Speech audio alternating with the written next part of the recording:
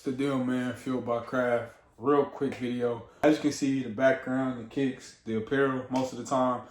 Big Oklahoma City Thunder fan, but I like to believe that I'm far from biased. And a team that I really enjoy watching, especially when they're clicking, and especially this year, a team that I put a lot of stock in is the Orlando Magic. Since the All-Star break, they're 7-3, so they put together a good stretch of wins. I think they're on like a 4 or 5 game winning streak.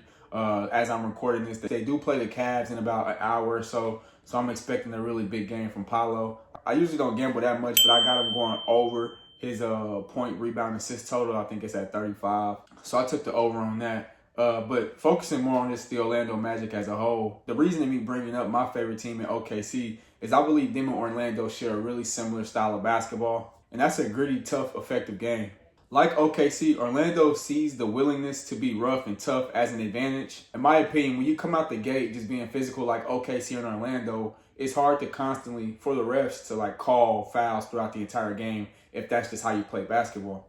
And I don't want to say that like every team can do that, because that requires all 5 players who are on the court throughout a span of 48 minutes to all be willing to put in max effort on defense, crash the boards, go for steals, go for blocks. And more times than not, it'll only be a few teams in the league that'll be able to do that and also have the personnel to be able to do that. Basically, throwing the first punch, they see that as an advantage going into games.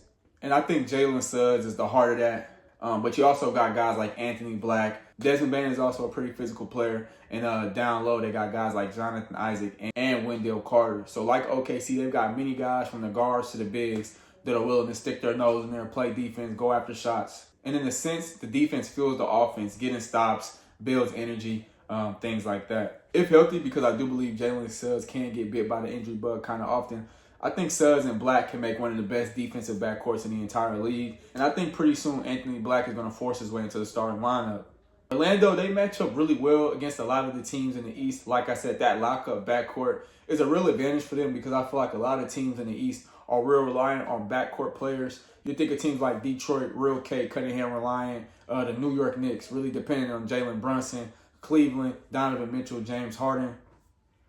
And even Charlotte, a team who's on fire, is pretty much led by their backcourt and guys like Brandon Miller, Con Knipple, and LaMelo Ball. In the postseason, where the game is more predicated on defense because the game does slow down, obviously you're scoring less points, the motor that Jalen Suggs brings to the game is really valuable, and the only thing in his way, I think, is staying healthy. And Anthony Black, if you haven't been watching, is taking a really big leap offensively. And I'm a big fan of the energy that Anthony Black brings on defense. So obviously, I think they can hang in there defensively, but even offensively, guys like Anthony Black on the team have taken a huge leap offensively. And the biggest red flag for Orlando over these last few years has been three-point shooting. Last year, they tried to address that by acquiring, what the fuck is his name?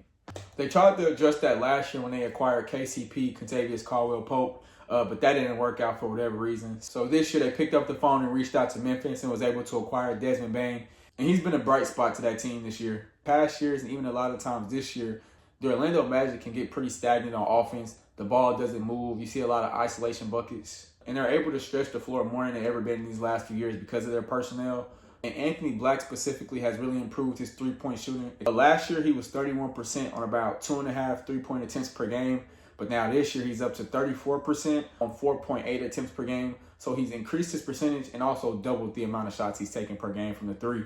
And I think a player like Desmond Bane has a lot to do with that. On top of all those things, Paolo Banchero is just back to playing like Paolo Banchero. Unlike a lot of the media, I never thought that he fell off. And since the All-Star break, he's back to that bully style of basketball. His last game against the Bucks a couple days ago, he had 33 points, 5 rebounds, 3 assists, went 12 for 16 from the field, and went 3 for 6 from the three-point line, and also had a block. So he was everywhere that game. And when healthy, I think he's a top 20 player in the league. And his jumper is falling too, and I think that's a really important part of his game. In his last 7 games, he's averaging 27 points, 9 rebounds, 5 assists, and shooting 55% from the field. So really efficient last 7 games for Paolo. And I think the biggest reason for that, as I stated earlier, is he's healthy now. And with him being healthy, I think that allows him to get to the rim more as well. 26% of his field goal attempts are coming from within 0 to 3 feet of the basket. And that's the highest percentage since his rookie year. These last couple years, he got away from the rim a little bit. Now he's back getting buckets in the paint. He's a much harder player to slow down when he's playing that physical brand of basketball. So I'm really liking what the Orlando Magic are doing right now. I'm putting a lot of stock into them. I am interested to know your opinion on the Orlando Magic and how far you think they can go in the Eastern Conference Finals. If you already haven't, please subscribe, like the video. If you already have, I appreciate it. This is Fueled by Craft.